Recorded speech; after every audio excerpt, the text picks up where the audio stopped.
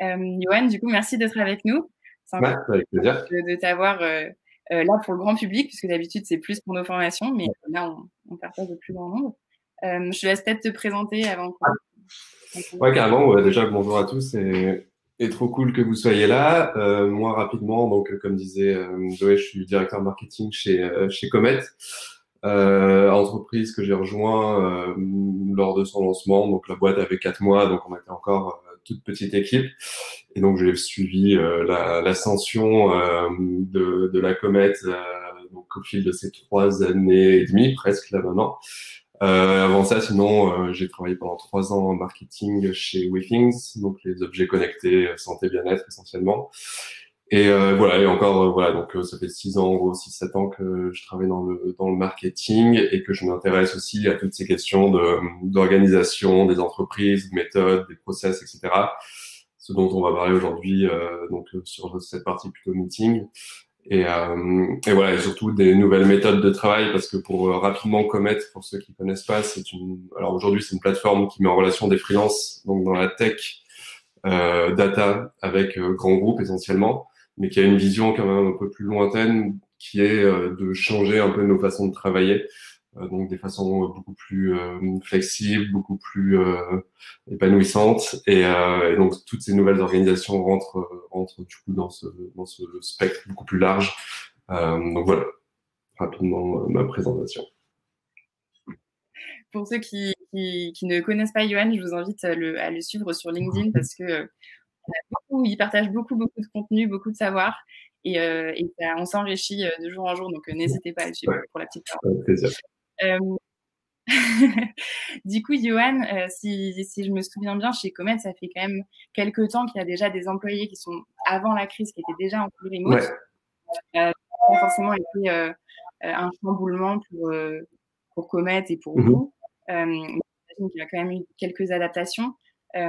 Pour ces personnes qui étaient en full remote, déjà avant même d'entamer le sujet de nous actuellement, comment vous faites pour des personnes à distance pour bien les intégrer Ouais. et pour qu'elles se sentent partie de l'équipe? Ouais, alors je pense qu'on a beaucoup itéré, on a testé beaucoup de choses. En fait, dès le début, on a eu des personnes qui étaient en télétravail complet. Donc au début, on avait une personne. Aujourd'hui, alors on doit avoir 25% de l'équipe, donc il doit y avoir une quinzaine de personnes qui sont en télétravail complet. Au début, c'était dans les équipes tech. Donc, ce qu'ils faisaient, dans un premier temps, eux, ils ont testé d'avoir en gros, un accès audio tout le temps allumé. Donc, en gros, ils avaient un petit micro avec une petite enceinte qui était toujours allumée dans la pièce, au bureau à Paris. Et donc, les développeurs restaient connectés là, et puis ils allumaient leur micro, ils éteignaient leur micro. Donc, il y avait c'était pas de vidéo, là, c'était que de l'audio. Donc ça permettait du coup d'avoir la présence des gens en télétravail sur place aussi. Ils le font toujours, pas dans toutes les équipes, mais c'était une façon de le faire. Après, dans les équipes tech, l'avantage des équipes tech, on va dire, c'est qu'ils ont une culture où justement de partager l'information par écrit, donc via des outils comme GitLab ou GitHub, où du coup ils collaborent beaucoup sur ces outils-là. Moi, dans l'équipe marketing, ce qu'on avait mis en place avec les gens en remote, c'est que, alors qu'on faisait, c'est déjà, voilà, tous les matins, on faisait coucou sur notre messagerie, donc sur le Slack, mais aussi on gardait un canal ouvert de façon assez régulière. En gros, c'est pas un canal, mais on avait toujours un outil en fait je connaissez sûrement tous Zoom, où on avait gardé dans la pièce, on avait mis une caméra avec un ordinateur, avec une room toujours allumée. Alors ça, on l'a testé, ça marchait pas forcément tout le temps. Et après, sinon, c'est les routines, mais je pense qu'on va en reparler après. Mais en gros, il y a beaucoup de solutions différentes et qui s'adaptent pas à toutes les équipes.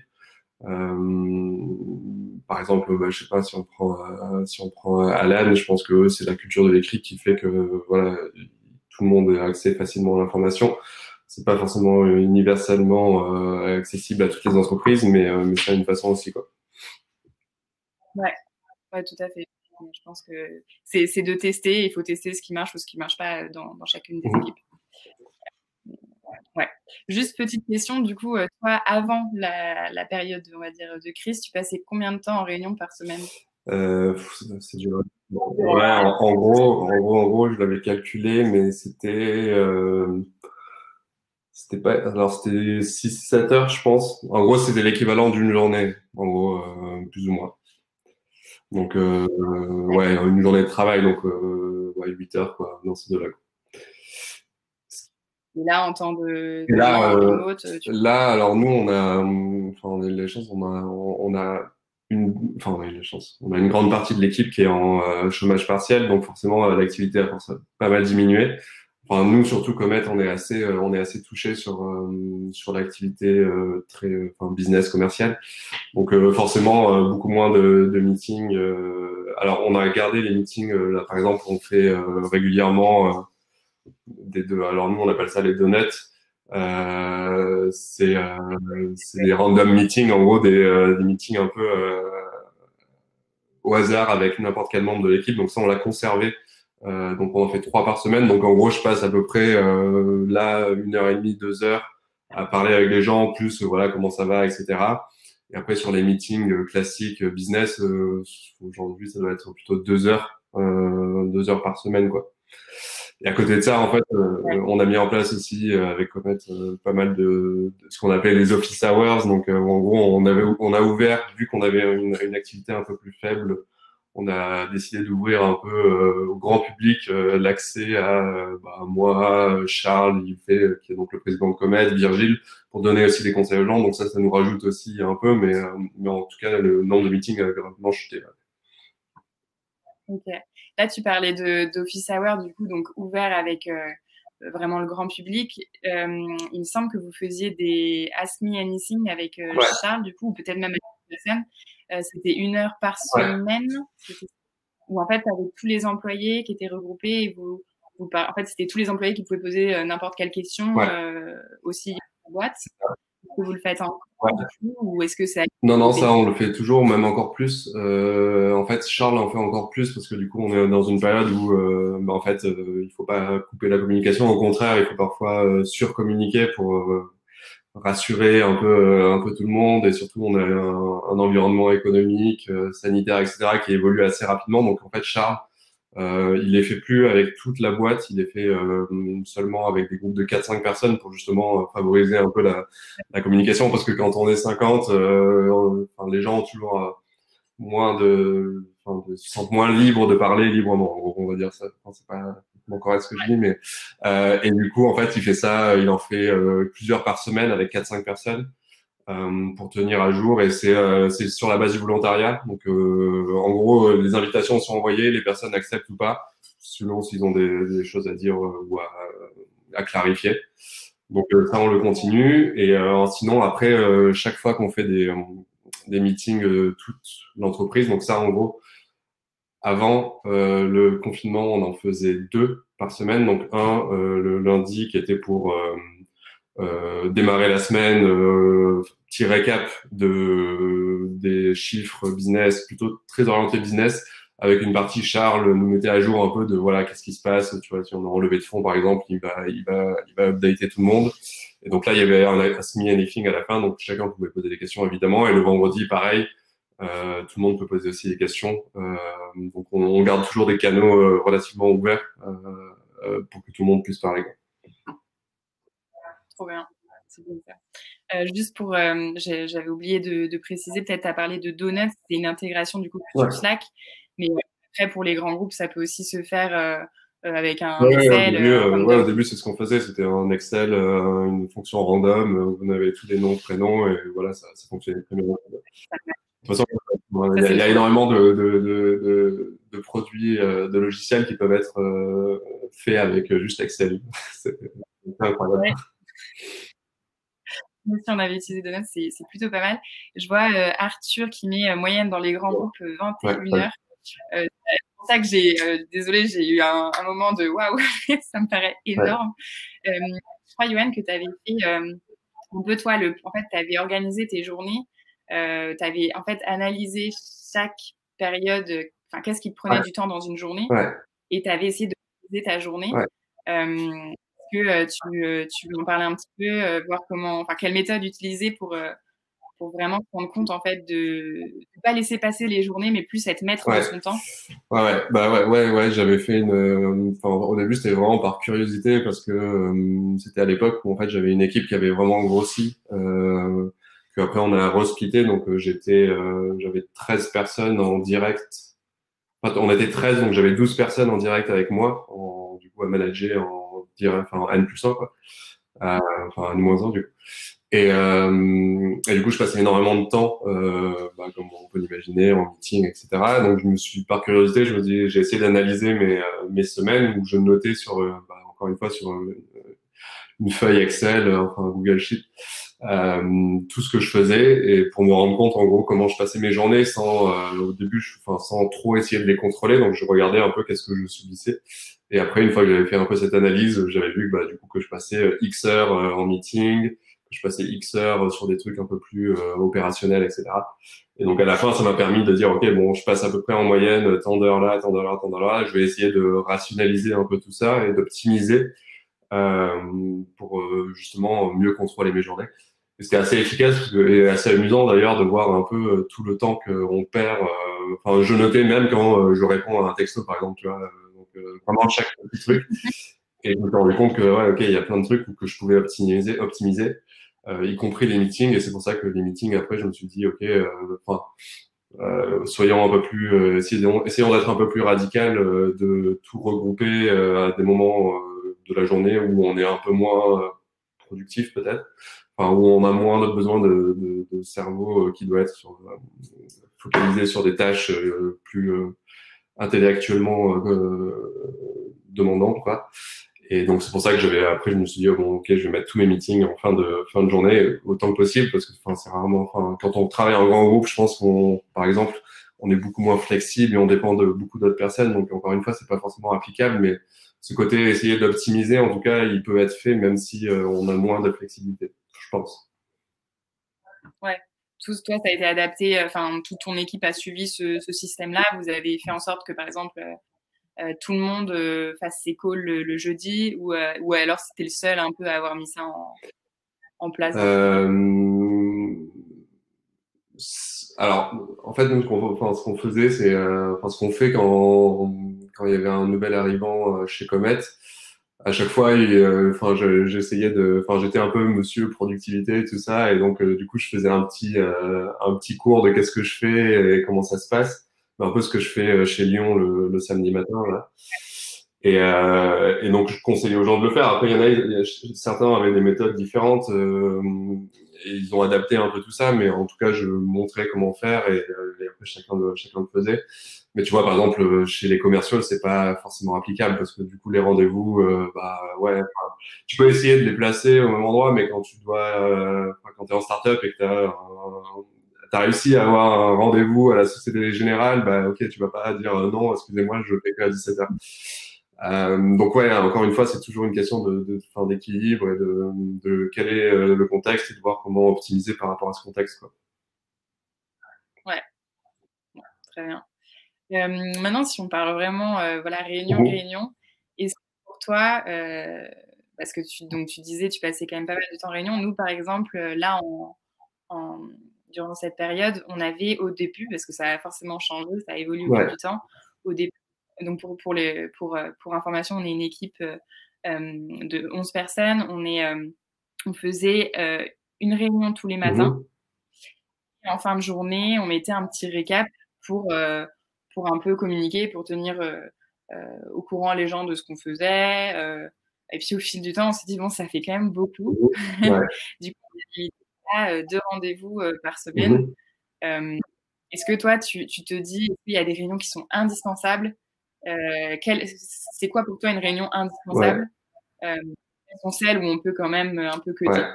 Ouais, bah, attends, déjà, je voulais juste répondre à Lise là par rapport qui disait que est-ce que les réunions en fin de journée c'est pas gênant pour celles et ceux qui ont des enfants. Alors quand je parlais de fin de journée, c'était, enfin moi c'est à 16 heures quoi. Enfin moi dans mon équipe, j'étais pas jamais enfin j'étais souvent le premier à partir en fait. je partais souvent à 18h, alors que quand on le voit dans certaines startups, c'est les gens partent à 20h, 21h, 22h. J'ai toujours essayé de pousser les gens à partir assez tôt pour être justement, essayer d'être efficace dans la journée pour pas passer sa journée au bureau, sa soirée au bureau. Donc quand je dis fin de journée, c'était souvent moi c'est entre 16h et 18h30 en gros que je dis j'essaie de passer des meetings là quoi. Donc voilà, donc je pense que voilà ça c'est pas contraignant pour les gens qui ont des enfants, sauf s'il y en a certains ils veulent partir à 17h, 17h30. Donc oui forcément après tu t'adaptes forcément. Je pense le point de routine pour les Ouais. justement un peu quelles sont les réunions si tu as Déjà ouais les routines je pense que oui c'est important. Les routines peuvent être des meetings en présentiel, audio quoi avec la voix, mais après il peut y avoir des façons beaucoup plus comment dire asynchrones de faire ça. Donc c'est-à-dire asynchrone pour les gens qui connaissent pas un peu le mot, c'est en gros de tous les moyens de communication qui font que deux personnes n'ont pas besoin d'être dans la même face à face, de communiquer en direct. Ça peut être du coup voilà les emails c'est une méthode asynchrone. Bosser ensemble sur un Google Docs c'est une méthode asynchrone. Donc ça je pense que d'avoir des points de contact voilà sur Slack le matin, salut tout le monde, comment ça va, sur quoi on va bosser, c'est assez important parce que du coup ça permet de, surtout quand on n'est pas au même endroit, ça permet de savoir, de se garder un peu au courant. C'est pas pareil que quand on est dans un bureau où on peut demander à la personne salut, tu bosses sur quoi aujourd'hui, tu fais quoi. C'est différent quand on est à distance. Donc pour moi ça c'était assez nécessaire tous les matins sur Slack de dire ok on fait ça, mais encore une fois c'était une forme de meeting asynchrone quoi. Et après sur les meetings qui sont absolument nécessaires, sur ta question, je prends toujours le même exemple qui est l'exemple que Olivier, notre directeur produit, Head of Product, prend. C'est en gros, il nous dit si vous devez m'inviter à un meeting, posez-vous la question si jamais je suis malade, est-ce que vous feriez le meeting ou pas. Et si si la réponse est non, on annule le meeting si jamais t'es pas là, ok, invitez-moi, du coup, ça vaut le coup. Donc ça, c'est plus pour ok, qui inviter au meeting, est-ce que cette personne est vraiment nécessaire. Je pense il y a souvent des meetings où on demande pourquoi on est là, on a l'impression de perdre une heure, ça m'est arrivé assez souvent et je pense que ça m'arrivera encore, mais bon, c'est pas.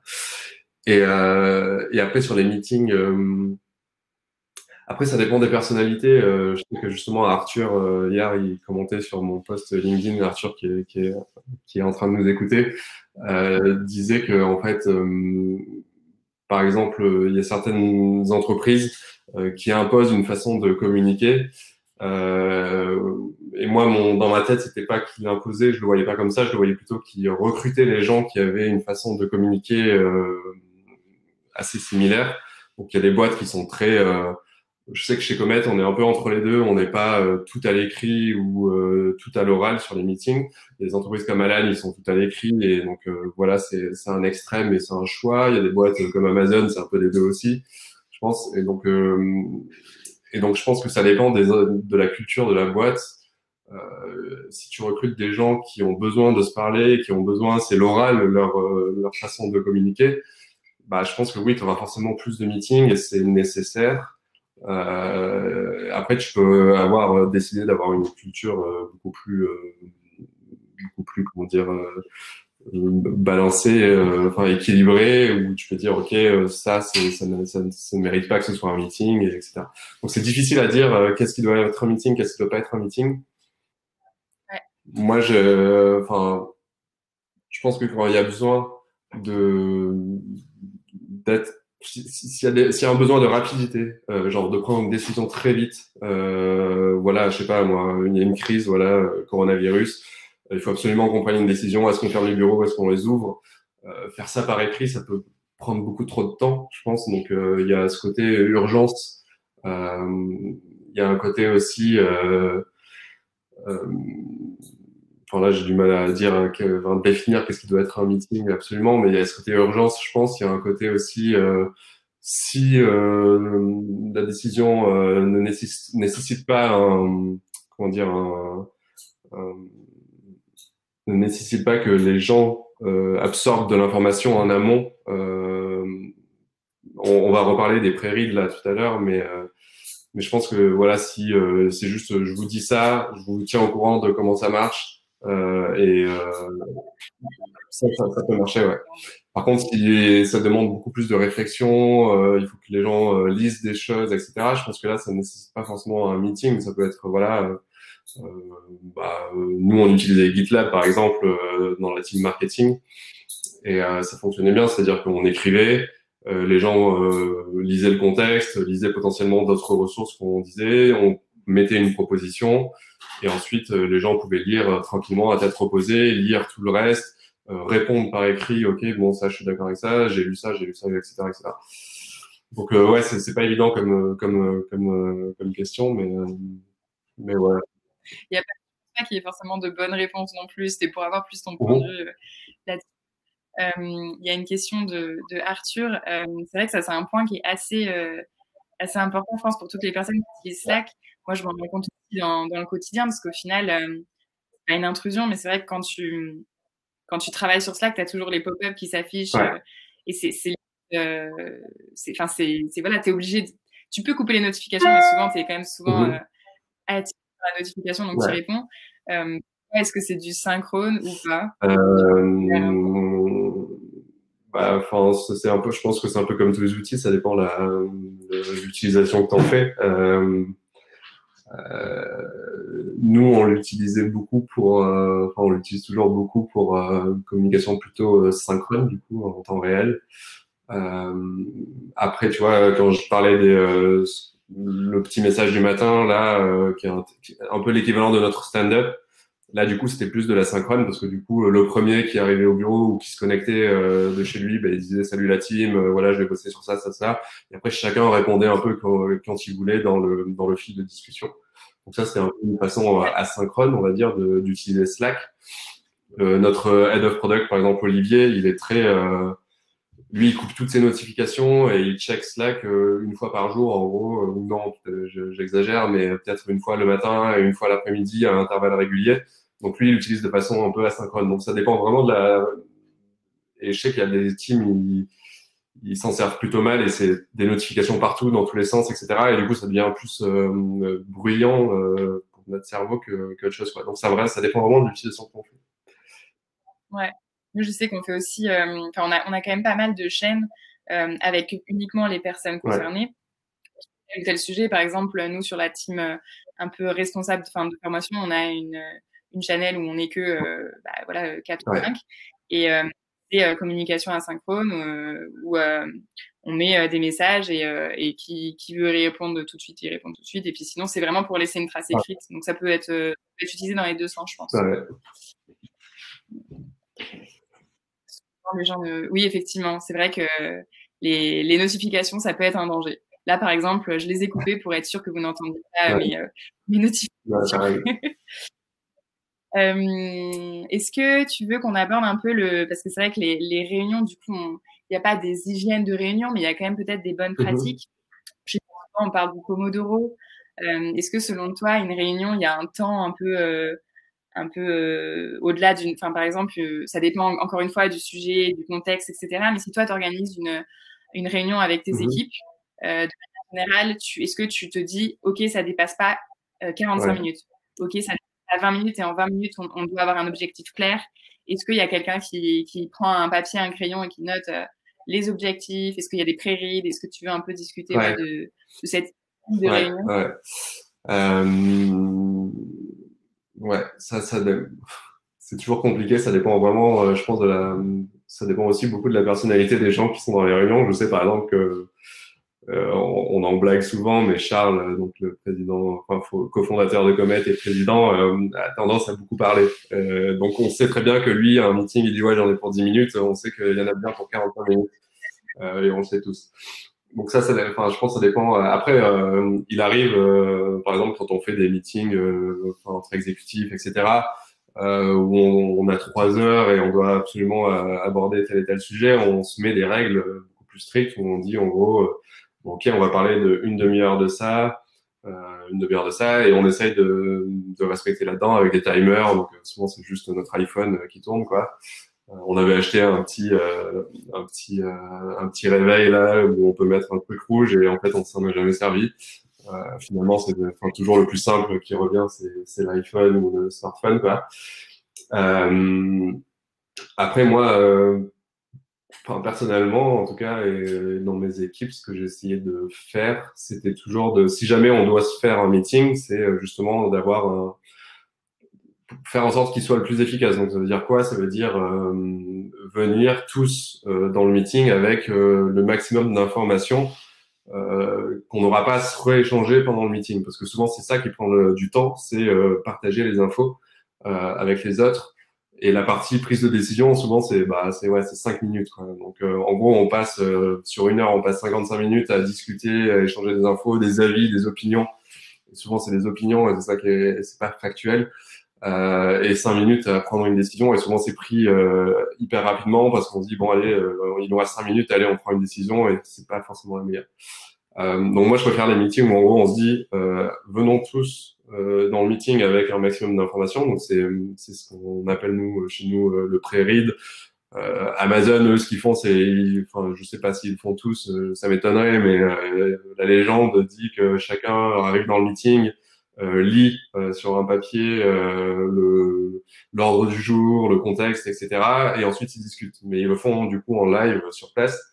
Alors, je sais pas à quel point c'est vrai, mais nous, ce qu'on fait en général quand c'est des meetings importants et on sait que ça peut prendre du temps, on écrit un Google Doc, donc un pré-read. Enfin, là, je sais pas si je peux montrer rapidement, mais si je peux partager l'écran, je vais montrer rapido à quoi ça ressemble. C'était un vieux que j'avais fait, qui est donc ici, non. Il est là. Donc en gros là, l'idée c'est simple. Hein, là c'était en gros, je discutais de intégrer potentiellement de la tech dans les équipes marketing.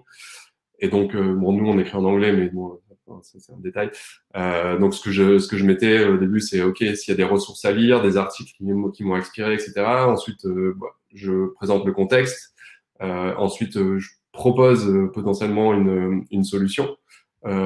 Et ensuite, l'idée, c'est que on se voit en meeting et du coup, on parle de cette proposition et potentiellement, on en discute de façon beaucoup plus efficace parce qu'on aura tous les mêmes informations. On peut même commenter avant le meeting sur le Google Doc pour avoir encore plus d'informations. Ok, ça c'est pas clair, ça c'est pas clair. Est-ce que tu peux me donner un peu plus de détails? Et le jour où on arrive en meeting, en fait, en une demi-heure, on dit bon là, j'étais d'accord, on en parle, c'est des détails en gros et ça va beaucoup plus vite. Donc ça, pour moi, je trouve que c'est hyper efficace et évidemment, c'est pas applicable à tous les meetings. Un meeting de 10 minutes, il n'y a pas besoin de faire un pré-read si c'est un truc hyper rapide à discuter. Là, c'est on va dire, sur des choses un peu plus stratégiques et un peu plus, qui vont demander plus de réflexion, quoi. Ok. Et parce que souvent, là, comme tu disais, c'est un peu ce qui prend le temps aussi dans les réunions, c'est un peu le débat. Quand il y a plusieurs personnes qui débattent tout le temps, donc ça dépend du caractère de la personne, etc. Est-ce que vous établissez un peu, alors pas de manière autoritaire, ça va peut-être paraître bizarre, mais qui sont les personnes qui vont être décisionnaires? Est-ce qu'il y a, par exemple, tu te dis, ok, la prochaine réunion, on va parler de ça, le pré-read, la solution, et ça concerne plus telle et telle personne, du coup, ça va être plus eux qui vont prendre la décision, ou alors non, on laisse libre au débat et dans ce cas, on laisse parler à un moment donné. Non, on a toujours, en tout cas chez Common, on a toujours laissé libre. En gros, par exemple, si c'est une décision RH, c'est Virgile qui va prendre la décision. Parce que c'est Virgile le DRH. Évidemment, Charles, le président, peut mettre un veto sur le sujet, mais ça sera quasiment jamais arrivé en fait. Il fait toujours confiance, donc on a une vraie culture de la confiance où on dit en gros celui qui est spécialiste du sujet, c'est lui qui va prendre la décision. Donc moi dans mon équipe marketing par exemple, je sais pas moi si la personne qui est au CRM elle me dit je pense que ça c'est la bonne solution, moi je peux lui dire bon ok moi mon avis c'est ça etc. Mais bon si elle m'argumente du coup c'est elle qui prendra la décision et c'est souvent c'est ce qu'on fait dans toute la boîte, en gros, on essaye de le faire. Donc, le décisionnaire, c'est en gros le spécialiste quoi, du sujet et c'est lui potentiellement qui a porté le sujet, enfin, qui a mis en avant le sujet, le problème euh, et potentiellement la proposition de résolution du problème ou pas forcément un problème, mais qui prendra la décision selon les infos qui ont été remontées après, quoi. Donc, on essaye de le faire au max, c'est pas toujours le cas, mais en tout cas, c'est un peu la philosophie qu'on essaye d'appliquer, quoi. Ok, top. Parce que là, du coup, on est un peu sur des teams peut-être à taille, enfin pas réduite, mais Ouais. qu'est-ce que conseils plus, est-ce que tu as des conseils ou alors est-ce que en toute honnêteté, tu te dis c'est totalement différent, mais pour les grands groupes, est-ce que tu conseilles aux managers justement de fixer un peu une limite dans les réunions, puisque comme on voit, il y a quand même de nombreuses réunions. Est-ce qu'on a le droit un peu de dire, bah non, en fait, je suis pas pertinent, ou alors est-ce qu'on se dit bon bah tant pis, j'y participe, même si en fait, selon toi, est-ce que tu peux avoir un droit de dire non à ces réunions? Bah, ça, Pour c'est te protéger. ouais, ouais, bah, non, mais ça, c'est très lié à la culture de l'entreprise. Une entreprise où en gros le micromanagement, etc., est très, ce côté un peu toxique du management est très fort. Bah, c'est compliqué de dire aux employés, mais en fait, tu dis non s'il y a une peur derrière de se dire, ok, je vais être mal vu par le manager. Après, c'est des problèmes beaucoup plus complexes et profonds. Et mais en tout cas chez nous, en tout cas chez Comet, on s'est dit dès le début, si tu penses que t'as pas rien à faire dans le meeting, bah tu dis non quoi. Il y a pas de, au contraire quoi. C'est du temps libéré pour que tu sois productif ailleurs. Euh, donc ça, c'est très culturel, je pense. Donc après, je pense que c'est des discussions, tu vois. Si moi, enfin, je dis n'importe quoi, mais je suis employé dans un grand groupe et j'ai l'impression que mon manager fait énormément de réunions ou autre, et le fait d'en parler tout simplement, se dire ok là j'ai l'impression que voilà telle et telle réunion c'était pas forcément efficace, et je pense que enfin, après c'est juste du bon sens. Si on voit que la personne qui est notre manager est bienveillante et sympa, etc., elle le prendra bien. Enfin après c'est de la communication, je pense. Il n'y a pas de secret là. Mais pour moi, oui, il devrait y avoir un droit à dire non. J'ai pas envie d'aller dans ce meeting, sauf si on est persuadé qu'en fait, bah, je sais pas, moi, si c'est une décision sur le CRM et qu'en fait mon employé qui est en charge du CRM il veut pas venir, ouais, Évidemment, il y a un problème. tout à fait. Je vois qu'il y a une question de Pierre. Mince, ça bug un petit peu. Alors, je ne sais pas si toi, tu maîtrises totalement le sujet d'Alan. Je sais qu'ils ont une culture de l'écrit qui est très importante. Est-ce que tu veux développer? Est-ce que tu as des exemples?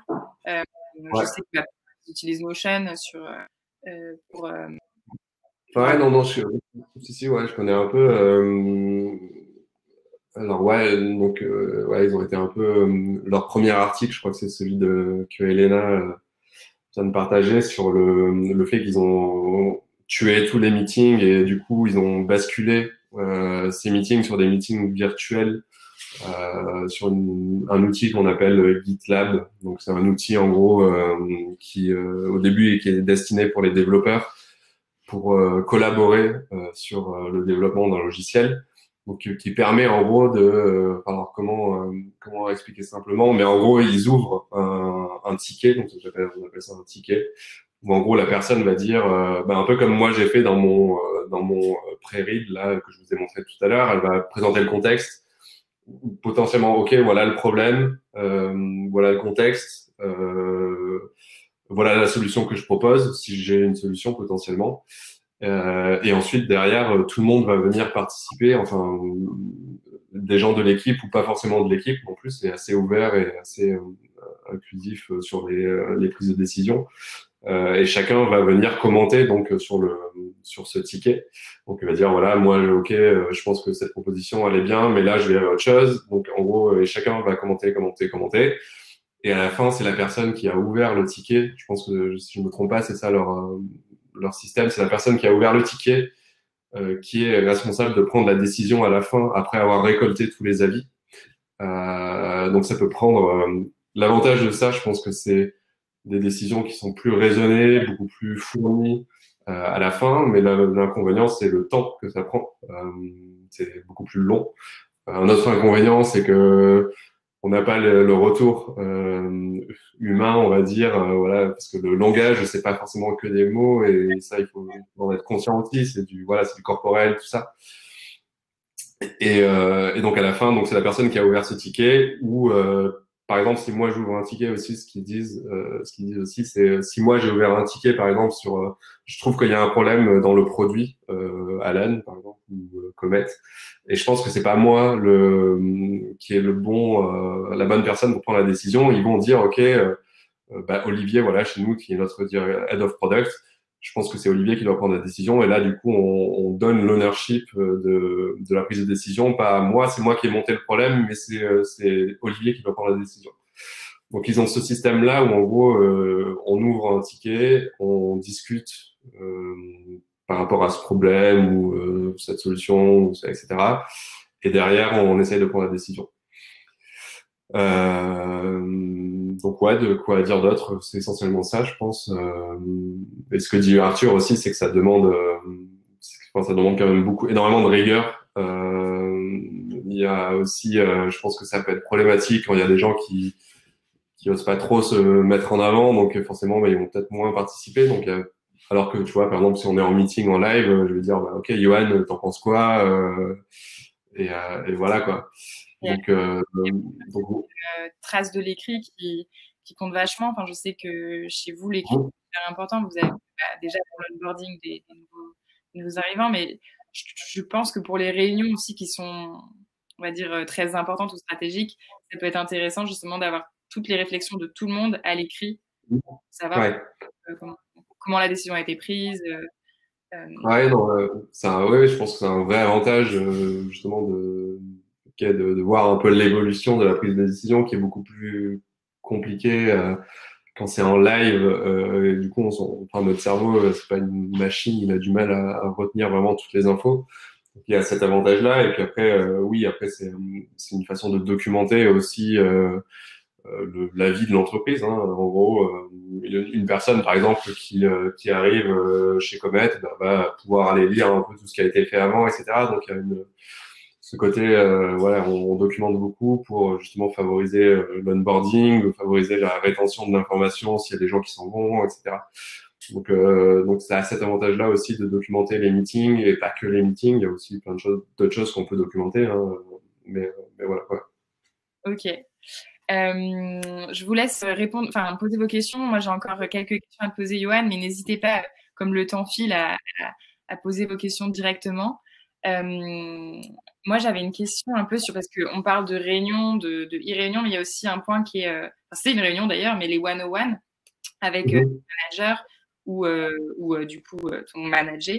Toi, Ouais. quel est un peu ton avis dessus, la fréquence? Est-ce que en temps de crise, justement, t'en fais plus?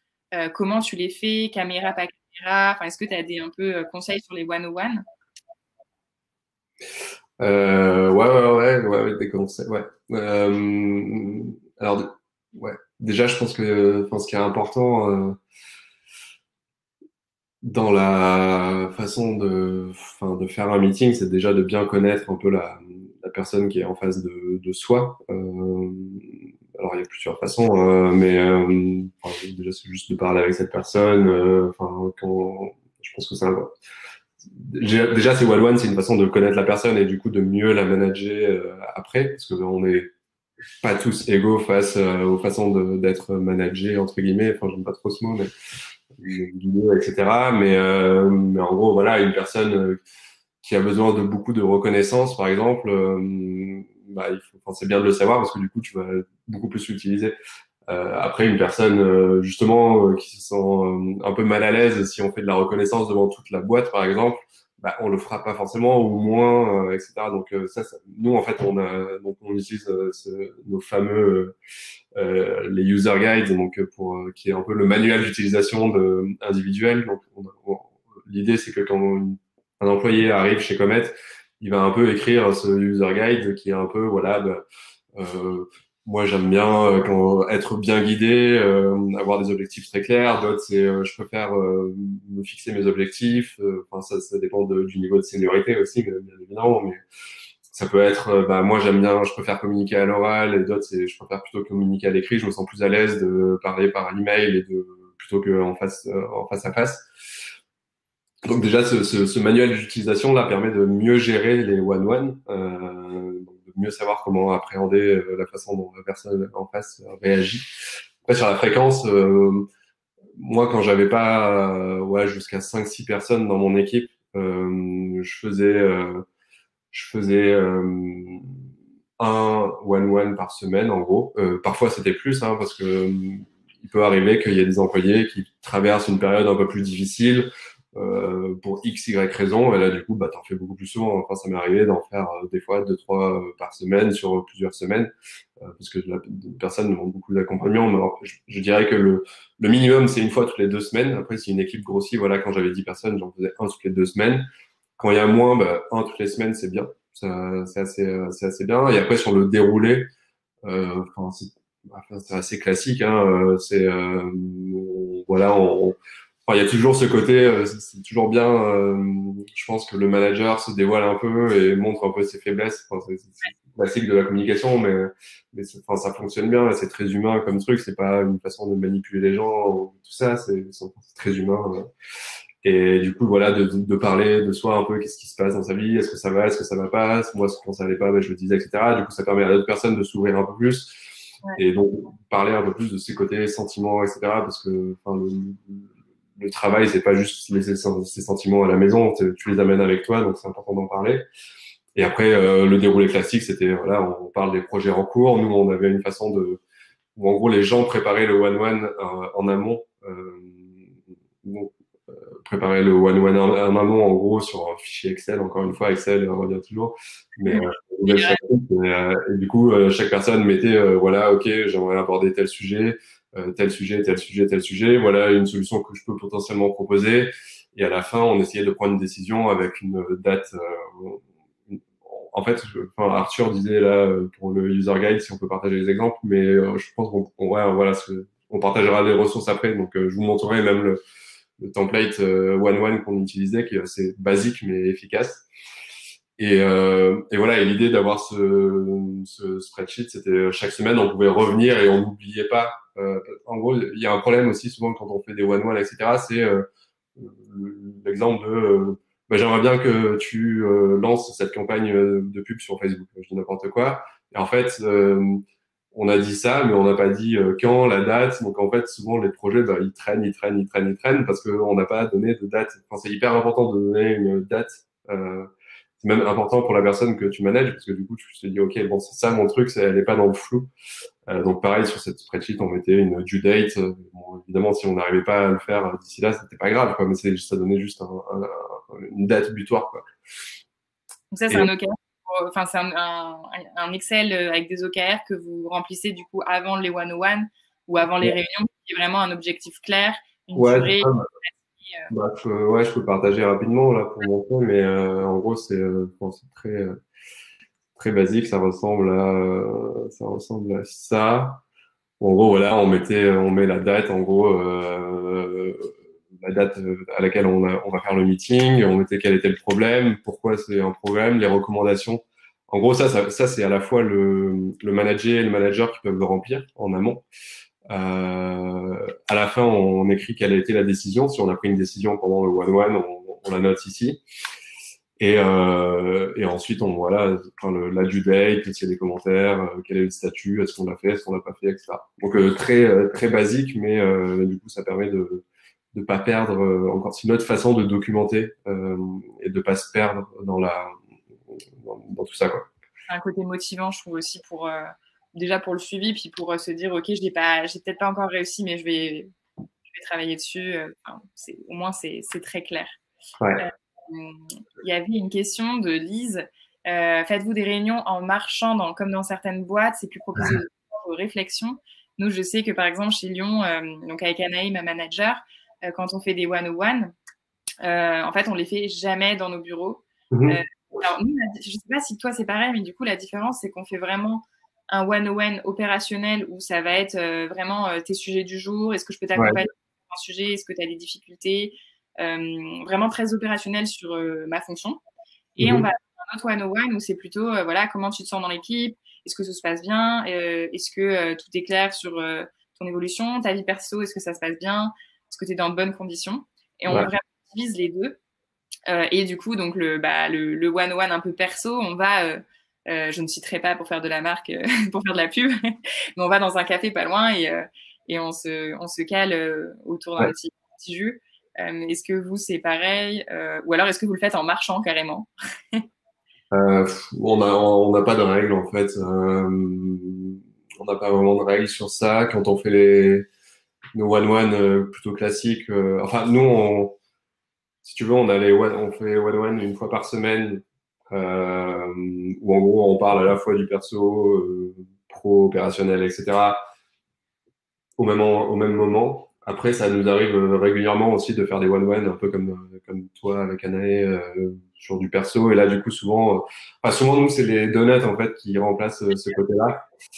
Et ce côté random meeting, où en gros, ce qu'on fait, c'est on fait un tour du pâté de maison, on a un petit parc à côté, donc on va se balader et on parle avec la personne. Donc c'est pas vraiment une relation manager-manager parce que ça peut être n'importe qui.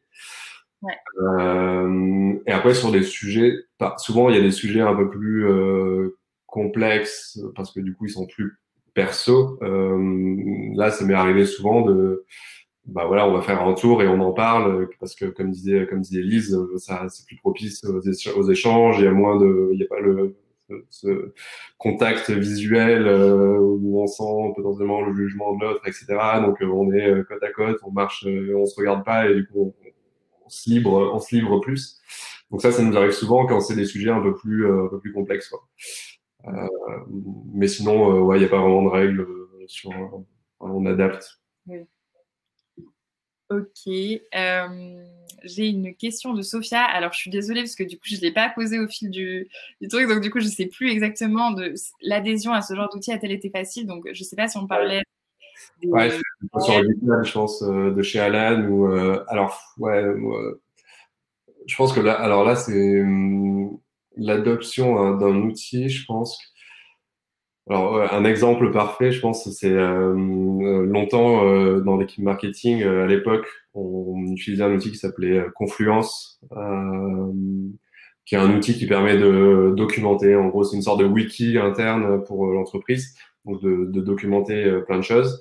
Et c'est un outil qui est très compliqué, on va dire, à utiliser, pas très user-friendly, comme on dit dans la startup. Et en fait, il y a eu 100% d'adoption dans l'équipe marketing, donc mon équipe, parce que du coup, moi, en tant que manager, enfin, directeur marketing, je l'utilisais très régulièrement. Donc il y a ce côté culture de l'exemple. En gros, si les managers, les personnes clés de la boîte utilisent l'outil, ben forcément il va y avoir une adoption. C'est naturel. Après, en fait, ce qu'on a fait, enfin moi, ce que je faisais en général sur ce côté adoption, qui est hyper compliqué. C'est ce que je fais en général, c'est si je veux utiliser un nouvel outil, en fait, je vais l'utiliser pour moi au début, juste moi tout seul. Et petit à petit, je vais onboarder une ou deux personnes. Donc je vais dire bah tiens, utilise-le avec moi. Et donc et petit à petit, en fait, ça marche par effet concentrique comme ça. Et souvent, l'équipe marketing, c'était un peu le labo de Comet. En gros, on testait des trucs. Par exemple, le user guide, au début, c'était le manuel utilisateur. Là, c'était que l'équipe marketing qui le faisait. Et après, on l'a étendu. Donc, je pense que ce côté adoption des outils, ça demande beaucoup d'exemples des personnes clés, on va dire, d'entreprise, les managers. Ça peut être aussi les premiers employés. Tu vois, personnes clés, c'est pas forcément. C'est ceux, on va dire, qui ont un peu plus d'influence dans la boîte. Ça peut être une influence du soft power ou du hard power. Je sais pas comment on peut définir ça. Mais voilà. Donc c'est chez Alan, du coup, c'est devenu obligatoire à la fin parce que tout le monde l'utilise. Donc après, c'est ce côté effet de réseau aussi. Si tout le monde utilise le même outil, ben forcément, tu vas devoir utiliser l'outil, sinon tu es exclu du truc. Mais en tout cas, pour lancer la machine, je pense que oui, il faut l'adoption de quelques utilisateurs et petit à petit grossir comme ça, quoi. Ouais. Il y avait une question aussi. Alors, ça, c'est assez compliqué aussi parce que je pense que ça dépend de l'état d'esprit des personnes. Mais enfin, si tu as des conseils sur comment motiver les personnes à être actrices, à demander du retour, à faire des retours et à participer à chaque meeting en étant vraiment acteur de ces prises de décision. Ouais. Ça dépend aussi en fait, de l'entreprise et de la culture qu'il y a. Si les personnes qui sont à l'origine de la réunion disent voilà, vous avez un rôle à jouer, on sera à l'écoute de chaque personne, peut-être donner un temps par personne, ou alors vraiment, si c'est à l'écrit, demander à chaque personne Je pense qu'il faut un peu pousser sans être violent, mais vraiment demander en fait ce retour, parce que si on demande, ça prouve qu'on attend le retour de la personne, et du coup la personne peut se sentir un peu engagée et on se dit Ouais. la vie compte. Ouais. Bah là, ouais, c'est une question complexe parce que du coup, ouais, je pense que ça va, ça va au-delà de dire participe. Ben, ce serait cool que tu participes. Je pense qu'il y a, enfin, de créer une culture où en gros chacun se sent écouté, où les décisions, enfin les décisions sont prises de façon, enfin, comment dire. Pas avec un consensus, mais parce que enfin, ça marche jamais les consensus, mais où chacun sent que il a été écouté euh, versus bah, ok je t'écoute, mais en gros enfin, c'est moi qui décide et on va prendre sa décision. Ça en fait ça pousse pas les gens à participer. Donc déjà je pense que enfin, c'est un aspect très culturel, c'est de dire ok est-ce que les employés sont pris en compte dans les décisions. Et donc ça c'est enfin ça remonte à l'essence de la culture de l'entreprise. Après moi, par exemple, si je prends mon exemple, en meeting, je parle quasiment jamais. Enfin, enfin, je suis quelqu'un enfin, moi, je suis très écrit. J'ai besoin de temps de me poser pour réfléchir, etc. Et donc, je parle quasiment pas.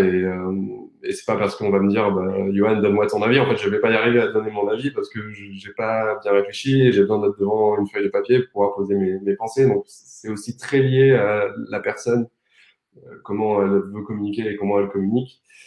Donc, en fait, il y a tellement de facteurs qui rentrent en jeu que c'est difficile de dire, OK, faire ça, en fait, ça va forcément marcher. Et je pense qu'il y a ce côté, créer une culture où, en gros, il n'y a pas de peur de communiquer. C'est la base, je pense, pour que les gens se sentent libres et de dire ce qu'ils pensent, etc. Donc ça demande beaucoup d'efforts, en fait, et, de toujours le répéter, le répéter, le répéter, montrer l'exemple aussi, de dire ouais, ok, bon là j'ai merdé, enfin ce côté un peu dire ce qui va pas, etc. Ce côté un peu candeur radicale pour ceux qui connaissent le livre, de dire quand les choses vont pas sans avoir peur. Ouais, c'est très culturel et ouais, j'ai pas de recette magique malheureusement. Il n'y en a pas forcément, c'est sûr. Ouais. Il y avait, alors je sais que nous, on travaille beaucoup dessus. Toi aussi, chez Comet, vous êtes vraiment aussi sur nos chaînes. Et Sophia, d'ailleurs, je t'invite. Alors, il n'est pas encore publié, mais on va sûrement faire un peu un atelier sur nos chaînes. Parce qu'en fait, c'est un outil qui est hyper puissant. Moi-même, je ne le maîtrise pas à fond, mais je trouve que pour le partage de la culture, et vous, je sais que vous avez même, enfin, nous, on a mis en place une Bible, mais vous, elle est encore plus grande, je pense. Mais, mais c'est essentiel, je trouve, et c'est un outil, enfin, nous, on adore cet outil Ouais. pour partager avec tous les collaborateurs. C'est une trace sûre, tout le monde peut collaborer dessus. Toi, enfin, vous avez combien comment vous l'avez structuré? C'est immense votre truc sur nos chaînes. Bah, en fait, ouais, il y a plusieurs trucs. Parce qu'en fait, on utilise oui et non Notion. C'est pas, en gros, on l'utilise pas sur notre wiki interne. En fait, nous, on l'utilise plus sur le partage de connaissances ou d'informations, etc. En interne, on l'utilise pas pour une simple et bonne raison. En fait, on devait l'utiliser et on a arrêté parce que il y a un an, en fait, on a un peu réorganisé la boîte, on s'est refocalisé et on voulait pas relancer un nouvel outil. On a préféré simplifier. Donc, en gros, c'est ce que disait Sophia. Là, parfois, je peux avoir du mal à mettre en place des outils parce qu'en fait, la boîte est pas dans une période où elle peut utiliser un nouvel outil pour X, Y raison. Euh, mais en gros, ouais, Notion, c'est hyper polyvalent parce qu'en fait, tu t'en fais un peu ce que tu veux. Ça peut être à la fois une source de documentation et ton wiki interne pour ton entreprise. Nous, on s'en servait aussi dans l'équipe marketing pour nos meetings asynchrones, là, on le faisait dans Notion directement. Quand tout ce qui était de documentation, d'expérience, de trucs qu'on a fait, etc., on le mettait là-dedans. Donc t'en fais un peu ce que tu veux. Tu peux t'en servir pour gérer tes one-one. Tu vois, moi, je montrais mon Excel, mais ça peut être fait dans Notion hyper facilement. Tu peux créer tes roadmaps dedans. C'est illimité un peu ce que tu peux en faire. Et, euh, et donc ouais, pour ce que disait Sophia sur l'adoption, ouais, je pense que enfin, tu peux pas dire à toute la boîte ou toute l'équipe, si c'est une grosse équipe, utiliser ça d'un coup, sauf cas exceptionnel, là, coronavirus, bah oui, ok, si tout le monde doit passer sur Zoom, bah ok, tout le monde doit passer sur Zoom, c'est évident. Mais par contre, quand c'est des outils comme ça de collaboration et tout, je pense il faut y aller petit à petit, d'abord une personne, puis deux personnes, et ainsi de suite, quoi. Ouais, totalement. Sophia, je t'enverrai, mais n'hésite pas aussi à suivre notre page. On va faire prochainement un atelier sur Notion, toujours en webinaire, donc n'hésite pas. Il nous reste plus beaucoup de temps. Si vous avez des questions, du coup, n'hésitez surtout pas. Moi, j'en ai une petite dernière avant qu'on se quitte. Johan, du coup, là, maintenant, enfin, normalement, on va bientôt peut-être être amené à être déconfiné. Est-ce que chez Comet, ça va changer quelque chose dans vos réunions, dans la manière de fonctionner, ou est-ce qu'au final, vous avez adopté une bonne hygiène et que du coup, voilà, vous allez continuer à faire vos rendez-vous de la même manière, la même fréquence et est-ce que pour Ouais. toi, ça a changé quelque chose? Déjà, ouais, nous, alors on n'a pas pris encore la décision, mais on va certainement pas réouvrir des bureaux avant le mois de décembre. En gros, on va rester sûrement en télétravail, enfin, peut-être au mieux septembre, mais on sait que ça risque de durer jusqu'à décembre. Donc ça, c'est pas encore pris, mais du coup, on va rester en télétravail et on va pas pousser les gens à aller au bureau, au contraire. Donc je pense qu'on va garder ces routines-là et l'activité va reprendre. Donc par exemple là, les commerciaux chez nous il y a plus de rendez-vous, quasiment pas. Donc ils ont une activité qui a diminué de 80% environ. Donc on va voir comment ça va se passer quand ça va reprendre, tu vois, sur les meetings, etc. Parce que eux, ils ont l'habitude de faire des stand-up dans les bureaux tous les matins. Donc là, ils le font à distance, mais beaucoup moins régulièrement. Alors, si l'activité reprend à côté, comment ils vont faire, ça, je sais pas trop. Donc, je pense qu'on va continuer à s'adapter avec le temps. Mais en tout cas, on va garder. Là, le télétravail pour nous fonctionne bien. Enfin, le télétravail complet. Donc, on réfléchit même peut-être, tu vois, on se dit, est-ce qu'il y aura vraiment besoin de récupérer les bureaux au bout d'un moment? C'est des questions ouvertes encore, mais on sait pas. Mais on se pose des questions. Donc voilà. En tout cas, merci beaucoup, Johan. Juste pour info, pour les participants, donc vous allez recevoir un mail avec un bon récap de ce qui s'est dit. On aura aussi les replays de disponibles dans les jours suivants. Johan, il est toujours disponible, il partage énormément de ressources. Sur LinkedIn, il est à votre écoute aussi, donc je vous invite Ouais, vraiment n'hésitez pas. à aller suivre l'actualité. Nous, de notre côté, on partage également beaucoup de webinaires sur différents sujets. Comme je le disais, il y aura un atelier plutôt outils, mais il y a aussi des sujets management, product. Donc, selon vos centres d'intérêt, n'hésitez pas à nous suivre sur Eventbrite ou sur notre page Facebook ou LinkedIn. Et pour ceux qui le souhaitent, vous avez encore quelques minutes si vous voulez aller dans la partie networking qui est à gauche de votre écran. Si vous voulez faire des meetings avec les autres participants, en petite période, vous pouvez échanger et faire connaissance. Voilà, et puis encore merci Johan, et Ouais, j'espère. merci à toi, merci à tous. Ouais, c'était cool. Merci pour les questions. C'était assez dynamique, donc c'est cool. Ouais. Et oui, n'hésitez pas si vous avez n'importe quelle question. Donc là, je pense que tu partageras les différentes ressources, donc le pré-read ou le user guide, etc. Et oui, si vous avez des questions en particulier, sur LinkedIn, mon mail c'est yohan@comet.co si vous voulez m'écrire, pas de souci. Bon, merci beaucoup, merci à tous, et puis à très vite pour de Ouais, prochains. merci beaucoup. Salut tout le monde.